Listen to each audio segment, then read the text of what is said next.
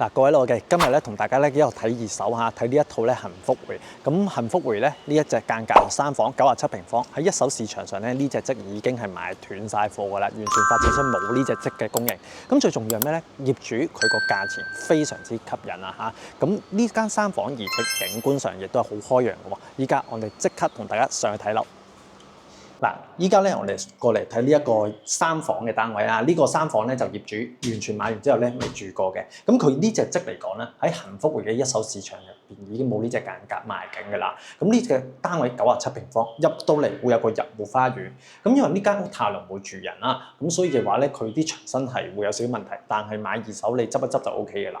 咁呢度大家可以睇埋，我哋個廚房位置一個 U 字型嘅廚房，咁業主買咗翻嚟之後咧，其實一路以嚟咧都未住過嘅，咁大家亦都可以見到咧個爐頭呢個位置啦，咁其實咧亦都係未拆啊嚇。咁呢隻積嚟講咧，其實亦都係一個直廳嘅設計，咁牆身與牆身嘅距離咧已經有3.6米㗎啦。咁大家亦都見到咧呢度嘅話冇冷氣機，咁但係啲吸頂燈啊呢啲已經亦都係有嘅。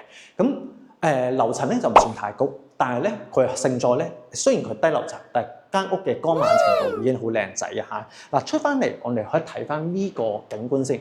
嗱，呢個景觀咧，我哋就會對住依一個停車場呢個位置啦。呢個位置咧，嚟緊會有啲變數嘅，因為佢呢個係教學用地啦。咁所以樓層唔會起好高，但係亦都會有個景觀嘅一個變化嚇嚟緊。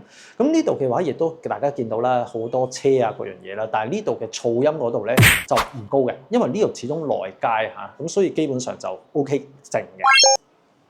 咁有好多朋友睇開中山西區嚟講啦，咁其實可能都會留意翻，幸福匯呢邊嘅一手樓。咁但係大家都知啦，因為幸福匯佢本身嘅交樓嘅 quality 啊嗰樣嘢比較好，同埋佢房嗰啲牆身咧就又唔改嘅，咁基本上冇乜主力牆。咁如果你話，我真係想揾啲3房嘅單位，咁其實咧可以過嚟睇睇，因為嗰啲房又好鬼大嘅。嗱，我哋先睇第一間客房，呢間第一間客房嚇，咁亦都可以擺到咧米半嘅床。同埋個 L 型嘅衣櫃係完全夠位嘅，亦都可以做到3邊落床嘅。咁而呢間房間對住另一邊咧，就係呢個客廁嘅部分啦。嗱，大家睇下咧，啲客廁嘅話咧，咁其實嘅全部都係用啲白色嘅磚啦，亦都係用有鋼磚啦。咁變相成個廁所空間感覺好大，但你好似沖涼呢個位，咁其實好闊落嘅，係啦。咁呢個都係即刻埋即刻收樓。咁我哋咧再睇埋呢間最細嘅客房嚇。嗱，呢間最細嘅客房。